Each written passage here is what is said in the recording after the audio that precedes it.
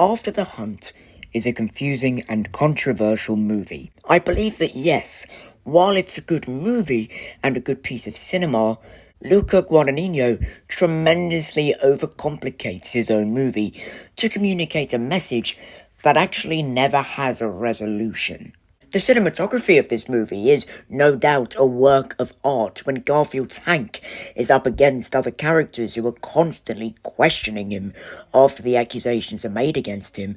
The camera zooms in on his face, which is very effective and intimidating, not only for the audience, but also for Hank. Make no mistake about it, the cast is absolutely packed with talent, and while everybody brings their A game, the script calls for them to make one scene last about 10 minutes and let intellectual dribble spill out of their mouths. While this intellectual debating is great at the opening, once the characters stay speaking like that for the whole film, it gets hard for you to focus and keep up with everything. The academic dialogue also makes Julia Roberts' Alma look extremely cold-hearted and extremely judgmental, which I think she actually is. Now, I understand that trauma changes a person, and to basically be raped as a young child was awful and a very good plot twist that I really liked, and how her guilt has followed her throughout her whole life,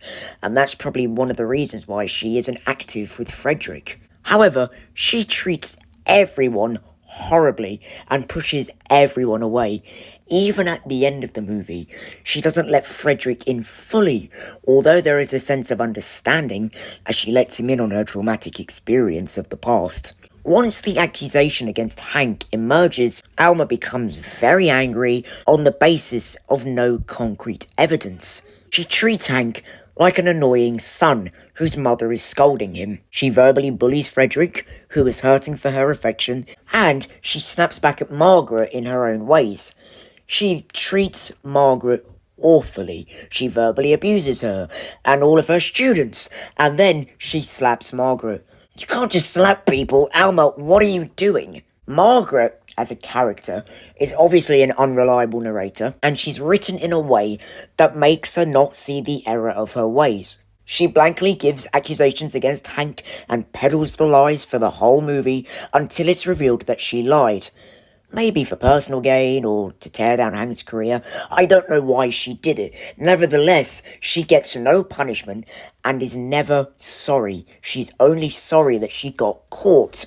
Of course, Hank wasn't completely in the clear either. He yells F you in the school environment. That's pretty messed up.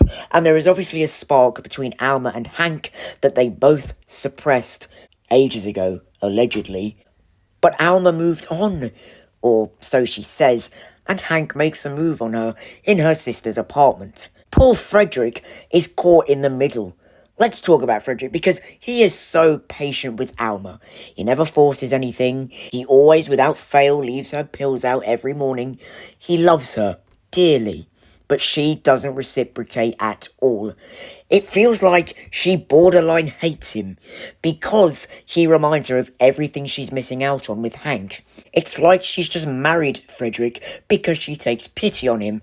And to be honest, I take pity on him because I felt so bad for him when we see him watching the porn, as all he longs for is connection.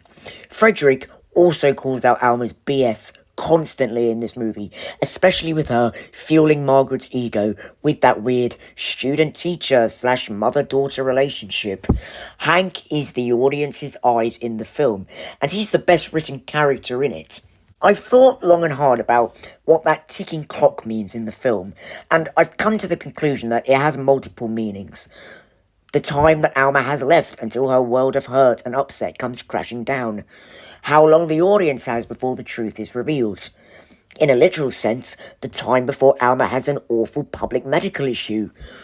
Or the time it takes Alma to finally realise she has to change something in her life. In the end, After the Hunt is a confusing film that even confuses itself. It's a good piece of cinema that unfortunately alienates its audience and makes its characters extremely unlikable. Its messaging starts off clear and concise, but the resolution, or rather the lack of one, blurs the messaging and how we should deal with the fallout from such damning accusations. Luca, you are a very strange director indeed.